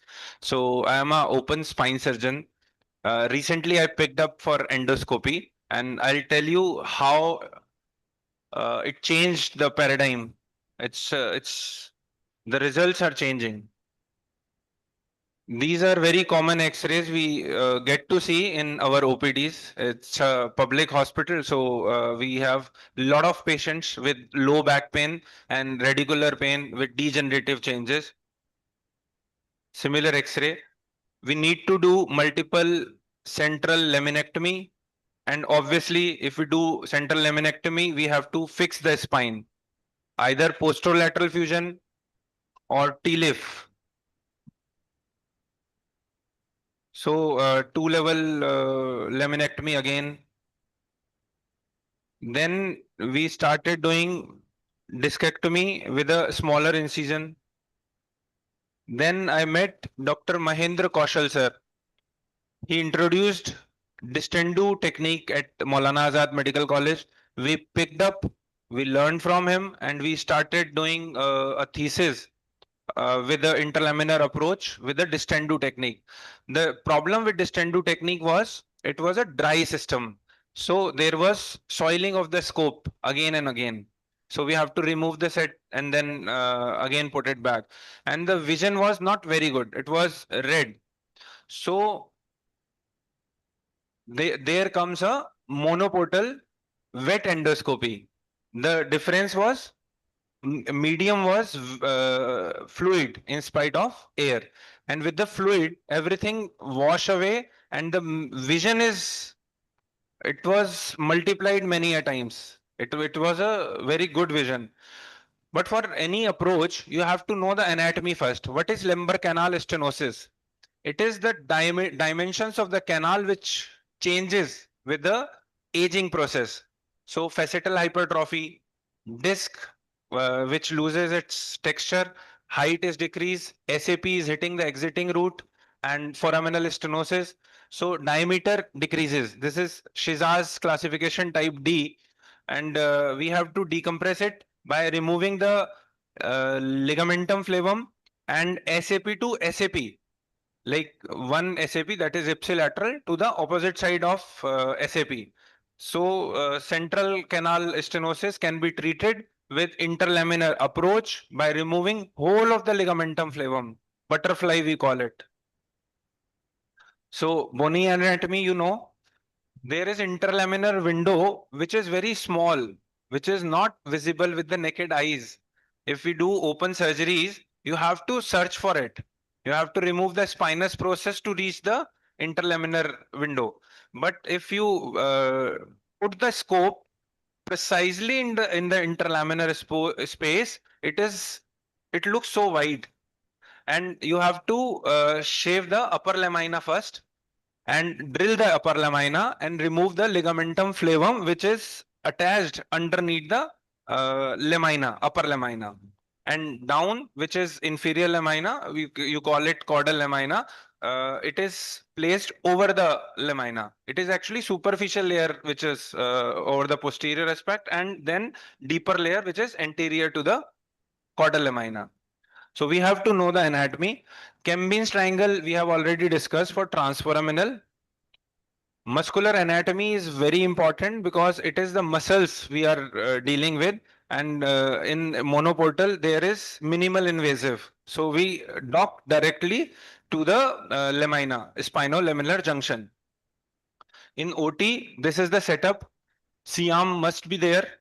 We have to take shots AP and lateral view to identify the interlaminar window in the AP, and in the lateral we have to be parallel to the upper end plate of the lower vertebra, like in L4, L5, L5 upper border we have to be parallel.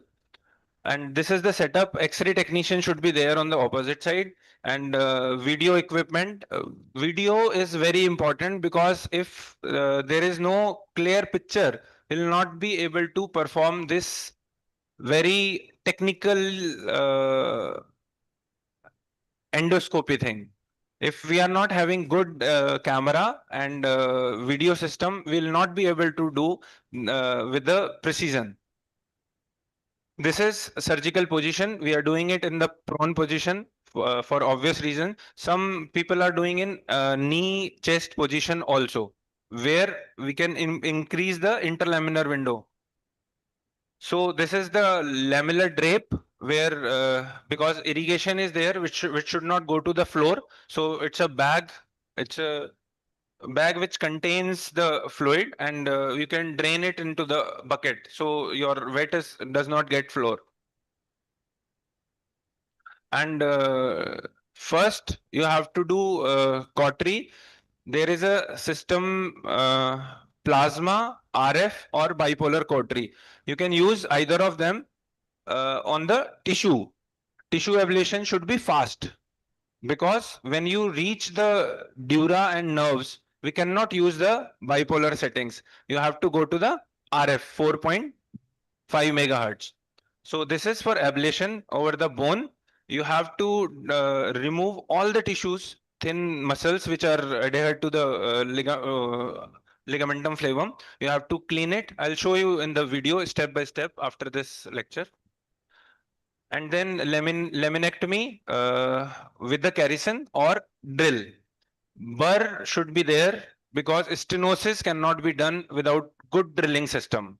So we are using a diamond burr here. And believe me, there will be a learning curve. To learn endoscopy, you have to do 15 to 20 cases under supervision or need some help. Initial cases you will be doing, you will regret to know that there will be insufficient decompression. And with insufficient decompression, the result will not be up to the mark. The patient will not have relief in symptoms. So to learn, to decrease the learning curve, you have to learn by attending more of the cadaver workshops or go to the mentor and assist them in your fellowships. Wrong level surgery is very common. Again, the most common complication, dural tear does not happen because it's a very good vision, but minor tears can occur because of avulsion of the ligamentum flavum, which is adhered to the underneath dural tissue. And residual disc or recurrent disc we have to know. For wrong level surgery, because we cannot operate on MRI, we have to operate on X-ray and C-arm. So you have to look at the X-ray picture pre-operatively and match with your MRI pictures also. Because the shape of the vertebra you can identify, you can see the last working segment. Here in the picture, you will not understand this is a right level or wrong level. It's difficult to delineate. In fact, we were afraid that it is wrong level, but fortunately, this is the correct level. So just believe me, you have to be sure because precision, it's a small incision, only 1 centimeter. So you have to be at the correct level. If the level is wrong, you have to convert it into the open and it's not good thing. Intraoperatively, if the disc prolapse does not match MRI appearance, suspect wrong level or wrong site. Any residual disc should be removed to avoid humiliation in the post-op period. Degenerative spine in stabilization stage needs decompression at the symptomatic level and not the fixation. Everyone says fusion, fusion. Believe me, degenerative spine does not need fusion. It is instability which needs fusion. If it is not very unstable, we are doing endoscopy and not creating any instability. Complications related to implants are many. If there is no fusion, then your implant is tend to fail over the period of time. Back pain or leg pain, ask the question again and again if patient is suffering from back pain or only leg pain, because only leg pain endoscopy is very good. For back pain, you can consider DEXA scan and to find out is there any other cause for back pain like osteoporosis and anything. Endoscopic spine surgery. I'm faculty in medical college, and I've seen there is no exposure in training curriculum still.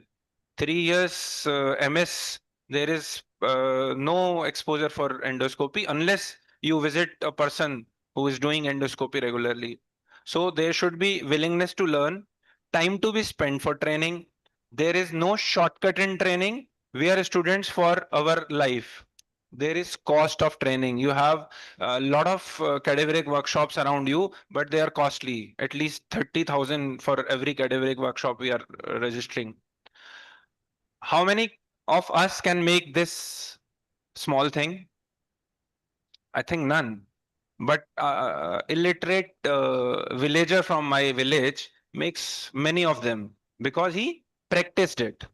So endoscopy is again by practice you can learn. So the more you practice, the better you learn. It's a quote by Bruce Lee I always talk about. I fear not the man who has practiced 10,000 kicks once, but I fear the man who has practiced one kick 10,000 times. There is a difference. 10,000 kicks एक बार practice करने से अच्छा है एक ही kick को 10,000 बार practice करें. It's just like endoscopy. When you learn it so many times, you will be able to do it. How to reduce learning curve? Do lot of cadaveric workshops. Initial cases performed under supervision. Backup to be kept for open spine surgery. We cannot say कि हो नहीं पाया. I have attended many cadaveric workshops. He is my mentor. He'll be reaching in post-lunch session, Dr. Shiraj Munshi. He's an expert from Ahmedabad. He's doing a lot of endoscopy cadaveric workshops. You can visit to Ahmedabad. He does it for 2 days. For every cadaveric workshop, he does it for 2 days. And we have conducted in Delhi Orthopedic Association 2 workshops, cadaver workshops, and one in Lady Harding and one in Maulana Azad Medical College. So I know the best way to predict the future is to create it, and future is endoscopy. Thank you so much, sir.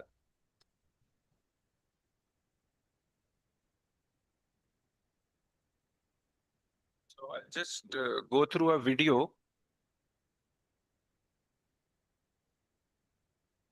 It's a video of L4, L5 stenosis. We have done it from left side. So this is a thin muscle layer we are cutting with scissor.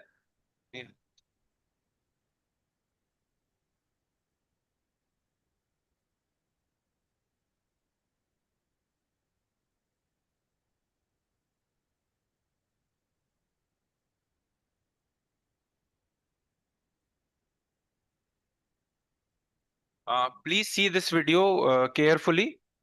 This is cranial. This is caudal. We are standing on the left side. This is L4, L5 interlaminar space. Whenever we dock on the interlaminar window spinolamellar junction. So we have to expose it by removing the thin layer over the lamina. We can ablate it with the cautery. This is cautery or RF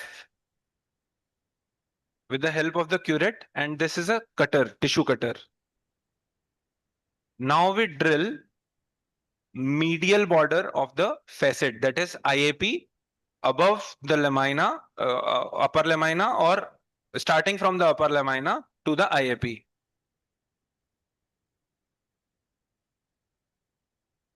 This is the diamond burr, so that bleeding will not occur. This will remove the bone, make it a dust which will flow in the water.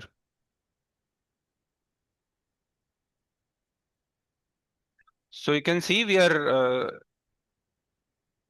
drilling upper lamina.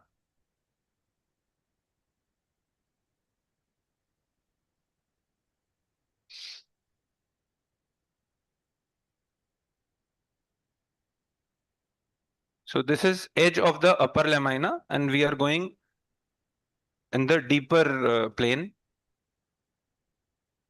We are exposing the ligamentum flavum. Unless we complete the bony work, we should not remove the ligamentum flavum because it is saving the dura. So this is base of spinous process. We should not drill at one point only. We should drill it with moving from lamina to IAP. This is ligamentum flavum. We are shrinking with the cautery help of the RF.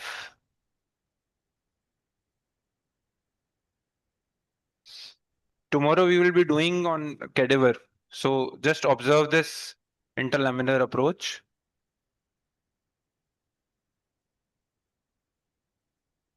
This is only 15 minutes video. So you can appreciate the cancellous bone, and beneath that it's a white line.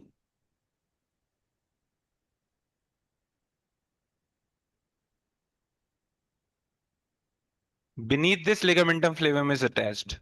Upper lamina, beneath this, the ligamentum flavum is attached. We have to drill unless the ligamentum flavum edge is exposed.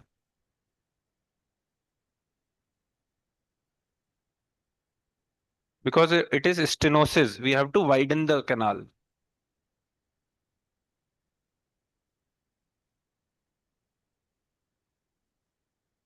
It is minimally invasive outside, but inside we are doing everything what we do in the open surgery. We have to drill the lamina to reach the ligamentum flavum. We have to remove the ligamentum flavum in toto from one SAP to other side SAP.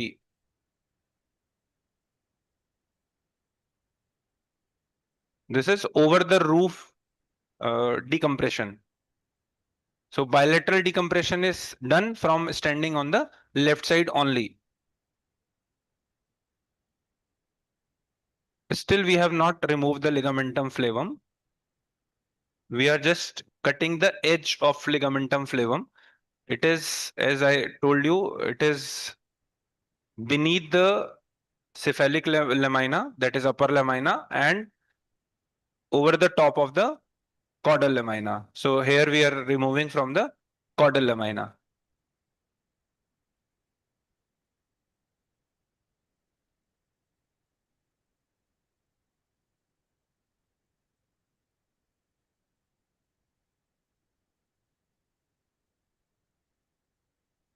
So this way bone will not bleed as it is diamond burr. I told you it will make the bone thinned out, and then we can remove it with the kerrison also once it get thin. If we don't drill, we use kerrison, kerrison will break because of the thickness of the lamina.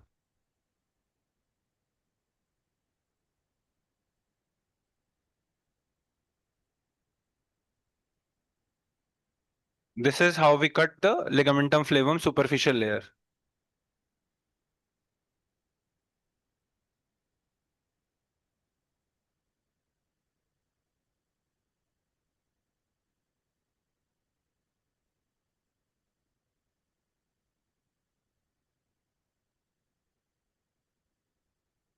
This curette is very useful.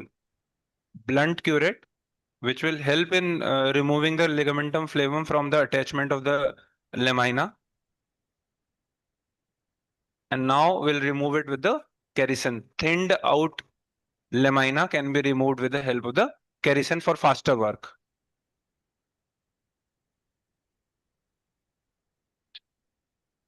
As soon we remove the piece of the ligamentum flavum, water rushes inside and push the dura down. That helps us to remove the ligamentum flavum safely without injuring the dura.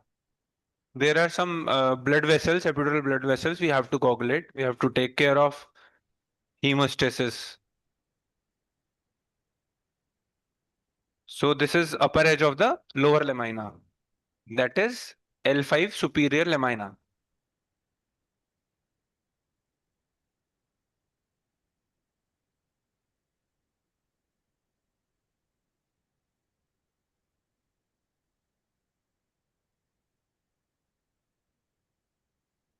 The more you look at these videos, you will be able to differentiate between bone, tissue, ligamentum flavum.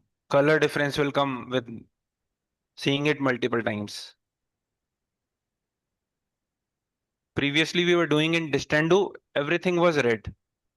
But with water medium, it is, we can differentiate between every structure.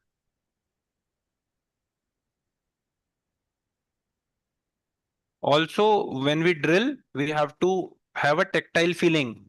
Over the bone, we palpate and then only drill. Good thing is diamond burr does not injure the soft tissue. It will cut the harder tissue, which is bone.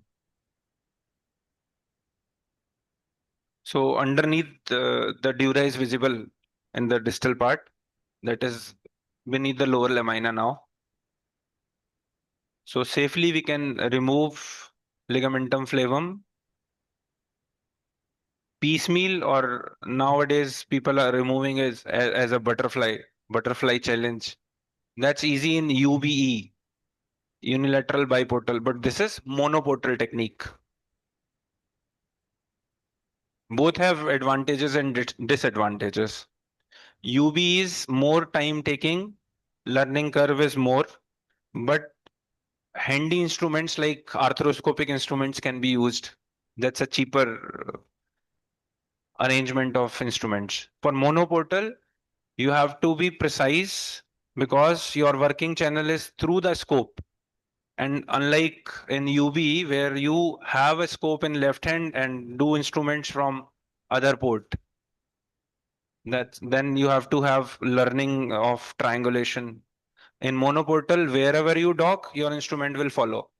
It's a 15-degree scope, so you can angulate, you can turn it downwards so that your working instrument tip can be visible while working on the opposite side also.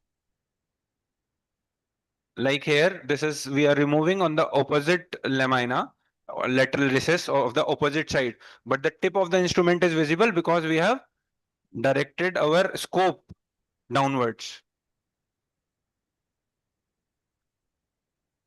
So we have to learn the maneuvering of the scope.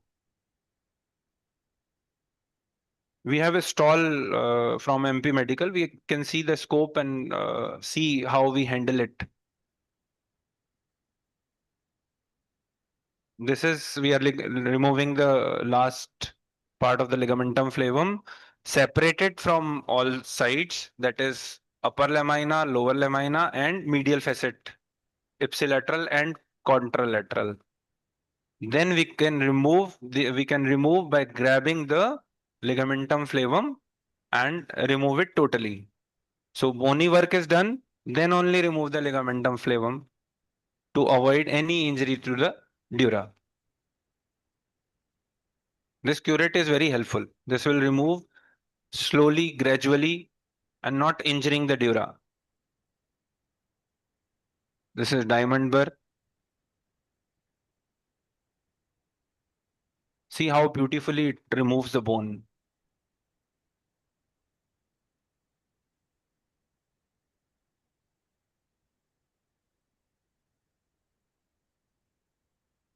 This is all because of good vision. So you have to have a good system in the beginning only. What we think that in beginning we have to have cheaper instruments and cheaper quality of camera. No, it's not possible. You have to have good quality of camera in the beginning only.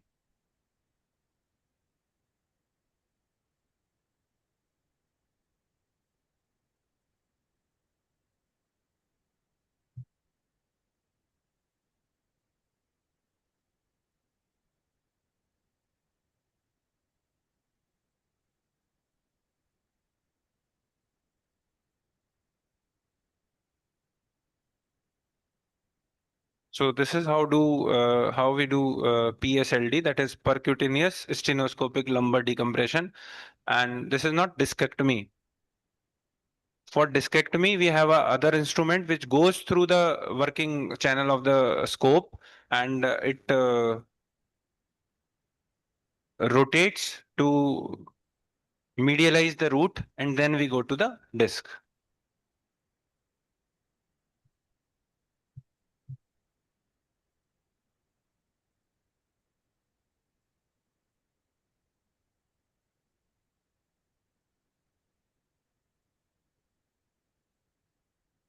This opposite side root is free now.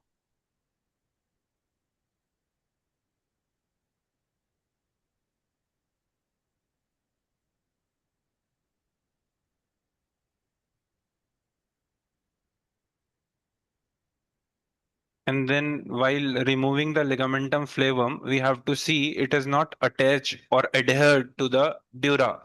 We have to see with the scope. And then when safely, we can remove the ligamentum flavum in toto, like this.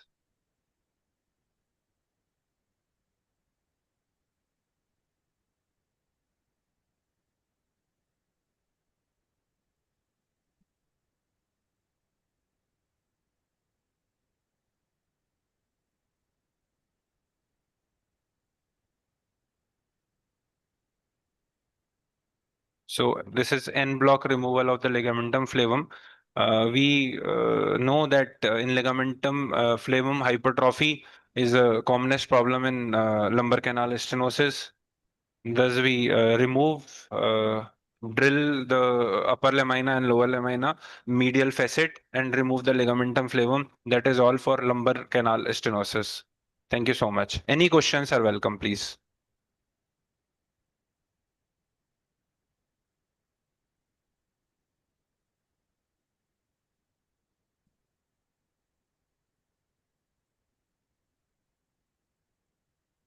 Thank you.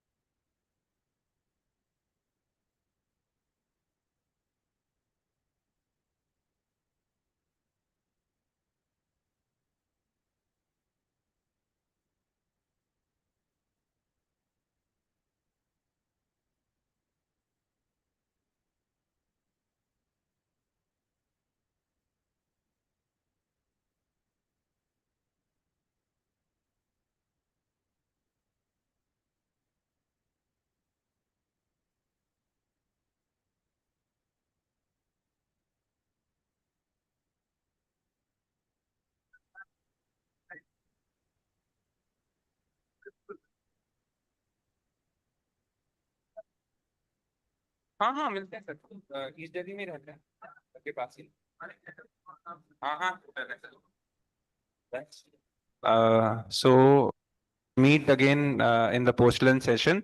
Now lunch is open. All are welcome for the lunch. Thank you so much.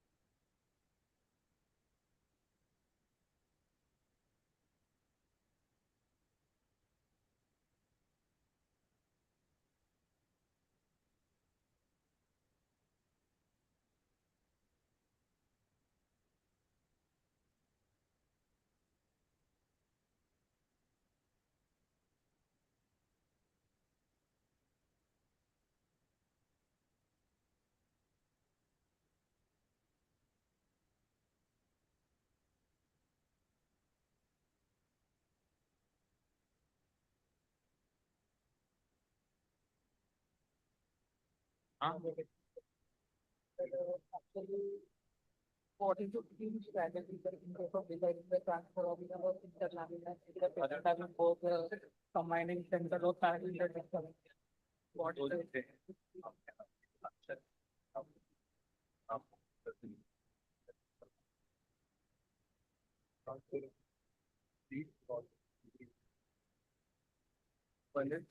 Central disk in there. If it is paracentral, the number can have this inverted. But it's inverted from transfer. The learning curve, which is more than it, but I think. That's what I said. Now, yeah, there is this, lower than that. And it's weak. Always immediate to let you have to put something. You have to find the clearest of the then remove the element of the piece in medial to settle or this way the that attach it from on the border and then remove it. That comes with sector. Each is next time. But initial is there in the will not be a